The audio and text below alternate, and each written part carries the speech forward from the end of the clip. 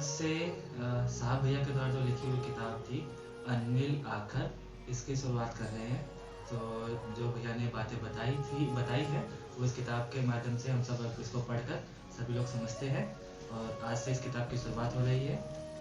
इस किताब का नाम है अनमिल आखर, हरिंद्रानंद एक आध्यात्मिक अनावरण। अनुनीता और पंकज जी के द्वारा ये किताब लिखी गई थी उनके जीवन पर। अब शुरू करते हैं इस किताब को।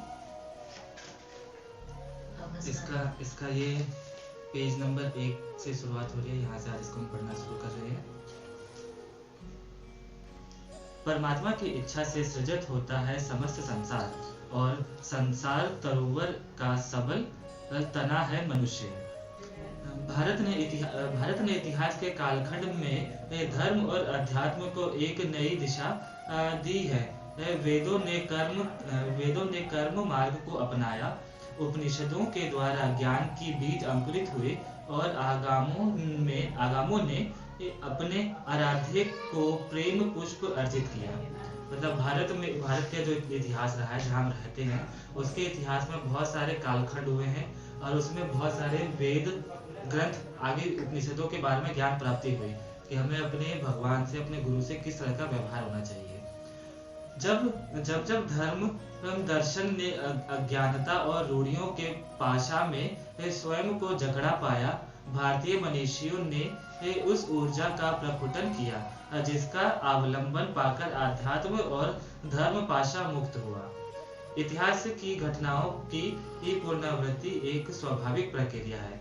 ऐसे में मनुष्य की इच्छा या कल्प शक्ति जब किसी व्यक्ति या समूह में केंद्रीभूत होकर विकसित रूप धारणा करती है तब सृष्ट होता है इतिहास।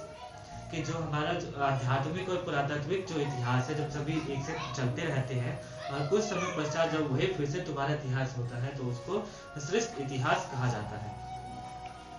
अपनी अटखेलियों और विनाश के साथ निसंगी काल पहुंचता है 20वीं सदी में। अब समय बीतने के साथ अब 20वीं शताब्दी में पहुंचा जहां हम लोग रह रहे हैं। भारतवर्ष को राजनैतिक आजादी तो प्राप्ति हुई लेकिन मुकम्मल आजादी का स्वप्न अभी भी शेष था। सदियों से चली आ रही रूढ़ियों और परंपराओं की जड़ता से मुक्ति की अकुलाहट के साथ बेचैनी थी। ये मानव पिंजड़े में बंद परिंदा स्वच्छंद हवा में पंख फैलाए वही आतुर है। 20वीं सदी का मध्य जहां राजनीतिक उथल-पुथल का साक्षी बन रहा था, वहीं एक और मानवता जिसकी दिव्य पुरुष के आगमन की प्रतीक्षा में पालन संजोए थी। प्रकृति अपनी गोद को तैयार कर रही थी कि किसी शिशु की अटखेलियां के लिए नव नक्षत्र भी नजर का टीका लिए खड़े थे। कि समय बीतने के साथ 20वीं शताब्दी में पहुंचा और उस समय प्रकृति जो थी एक नई शिशु के आगमन का तैयारी कर रही थी। निशा अपना आंचल समेट चुकी थी। हरी हरी घास पर पड़ी ओस की बूंदों के रूप में उनकी स्मृतियां भी शेष थी। दिन आता है 31 अक्टूबर 1948। विक्रम संवत 2005 कार्तिक कृष्ण पक्ष चतुर्दशी को बिहार के सिवान जिले के अमलोरी गांव में विश्वनाथ सिन्हा एवं राधा देवी के घर प्रथम संतान के रूप में एक ज्योति प्रकट हुई। नाम पड़ा हरिंद्रानंद। सुबह जन्म हुआ, तिथि खंडित हुई और शाम को स्वतः मनाई गई पूरे देश में दीपावली।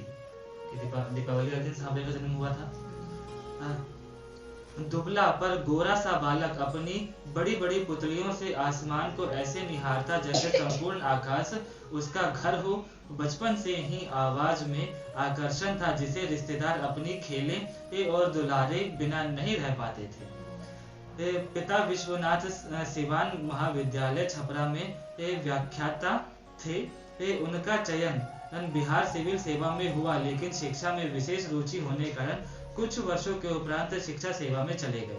अपनी सरकारी सेवा में उन्होंने बिहार सरकार में शिक्षा विभाग के विभिन्न पदों पर योगदान दिया और अंततः शिक्षा निदेशक बिहार के पद से सेवानिवृत्त हुए। पारिवारिक मान्यताओं के अनुकूल अपने बच्चे को अच्छी शिक्षा देना चाहते थे। बच्चे की शिक्षा दीक्षा के उत्तरदायित्व का निर्वहन उन्होंने उत्तम ढंग से किया। कि साहब भैया के जो पिताजी थे वो भी एक शिक्षा अधिकारी थे, तो बिहार सरकार में अच्छे पद पर वो रिटायर हुए, सेवानिवृत्त हुए। यह कहानी जहाँ नितांत व्यतिक्त है, वहीं गहन अर्थों में सार्वभौम भी। पदाधिकारी पिता हरीन्द्रानंद के भविष्य की तलाश कर अलग ऊंचाई देना चाहते थे। पहली संतान होने के कारण लाड प्यार ने कई और नाम दे दिए। हरीन्द्र तो कभी बड़कू, बउआ और कभी हरीन्द्रानंद नाम से पुकारे जाने लगे। दो भाइयों और दो बहनों में बड़े हरीन्द्रानंद की प्रखर बौद्धिक क्षमता के बावजूद पठन पाठन में उनकी रुचि ही थोड़ी कम थी। बाल्यकाल की इस स्वाभाविक प्रवृत्तियों के अनुरूप जब बच्चे खिलौने से खेलते तब से छोटे साहब जादू टोना का खेल खेलते, भूत प्रेत तंत्र मंत्र की बातें करते, कभी वेदों उपनिषदों पुराणों की कहानियां सुनते सुनाते, कभी आसन मारकर घंटों बैठे रहते, तो कभी टीन के डब्बे में पानी भरकर पाइप की फाइन बनाते और शीशे पर मड़ी शिव की तस्वीरों पर शिवलिंग की तरह पानी गिराते। फलतः शीशे में लगी तस्वीर गलकर नीचे गिर जाती थी ना। सबसे बड़े थे घर में। बचपन यह समझ नहीं पाता कि कौन सा खेल खेला जाए, पर हरीन्द्रानंद के लिए तो नियति ने अलग खेल रचा था जो असीम अपार्य था।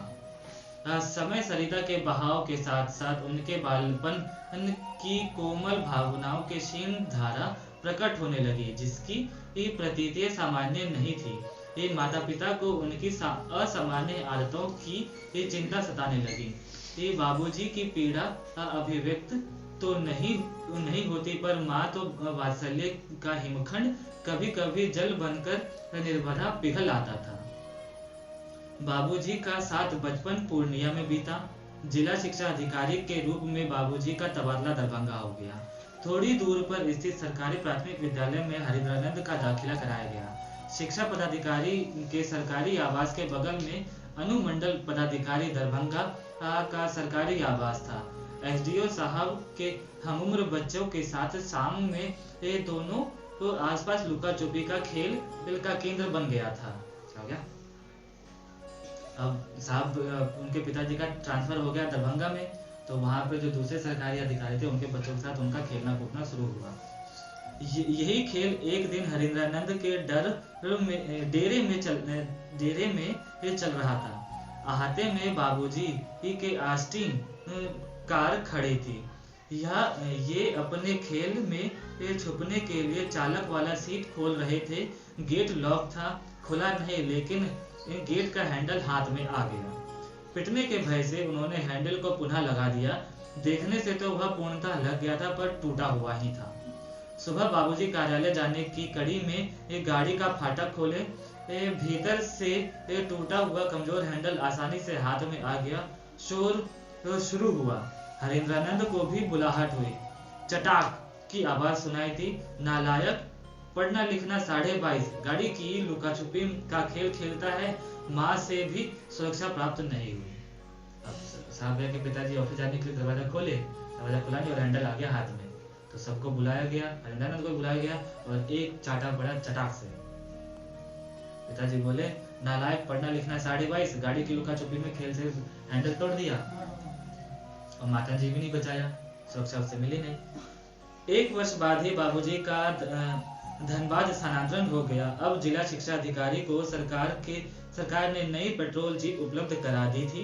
ये बाबूजी कभी अपने सवारी से तो कभी सरकारी जीप से कार्यालय जाते। सड़क के किनारे 2 मंजिला मकान था।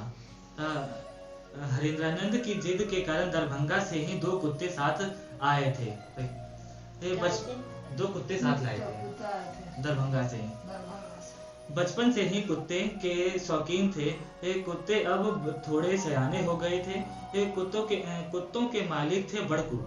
एक दिन दोपहर के पहले ही वे अपने डीएवी स्कूल से घर आ चुके थे।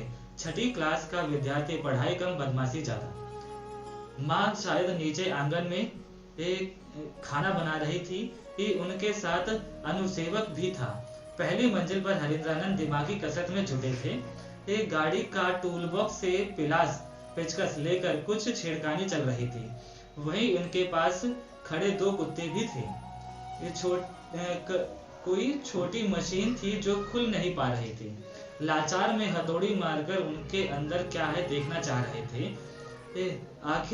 आखिर ये साइकिल के चक्कों से रगड़ खाकर रोशनी कैसे देता है। मशीन पूर्व संध्या के खरीदी गई थी। नीचे खड़ी साइकिल से उन्होंने डायनामो खोल लिया था। लिखना नहीं चाहिए कि दूसरे दिन इन रहस्य घटनाएं के बाद इनकी पिटाई भी हुई। चलिए आप वापस हथौड़ी की आवाज के पास। क्या अभी नीचे से आवाज ही आई, कोई है? हरिंद्रानंद ने ऊपर से बालकनी से देखा। नीचे लाल वस्त्र में 3 व्यक्ति खड़े थे। कुत्ते भौंकने लगे। हरिंद्र दौड़कर नीचे आए।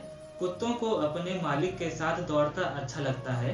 नीचे आकर दरवाजे की छिटकनी खोली। ये तीनों साधु सीढ़ियों के नीचे खड़े थे। कुत्ते लगातार भौंक रहे थे। लाल वस्त्रधारी के पीछे हरिंद्रानंद ने कुत्ता हुलका दिया। उन्हें अभी भी याद है। तीनों साधु यह कहते हुए पीछे हरिंद्रानंद ने कुत्ता हुलका दिया। अभी भी याद है। तीनों साधु तेजी से यह कहते हुए कि तुम ISC पास नहीं करेगा। हम पर कुत्ता हुलकाता है और भाग चले। तीनों साधु ने साहब भैया बोला तुम ISC की परीक्षा पास नहीं करेगा। कहे कि साहब भैया ने कुत्ता छोड़ दिया था, हुलका दिया, उसके ऊपर भौंकवा दिया। गुस्से में ही हालांकि उस समय वह 6ठी क्लास में थे। समय के प्रवाह में हुआ भी ऐसा ही।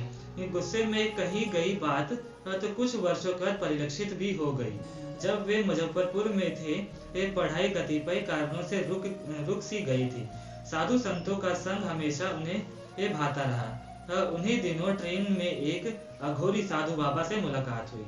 बातचीत के क्रम में पूछा कि बाबू कहाँ पढ़ते हो? हरिंद्रानंद ने ईमानदारी से आपबीती सुनाई।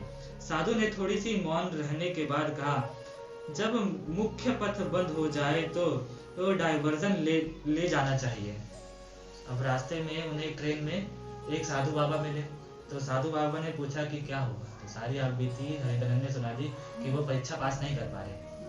तो साधु बाबा ने कहा कि जब मुख्य रास्ता बंद हो जाए तो उल्टा रास्ता पकड़ लेना चाहिए। मतलब समझा?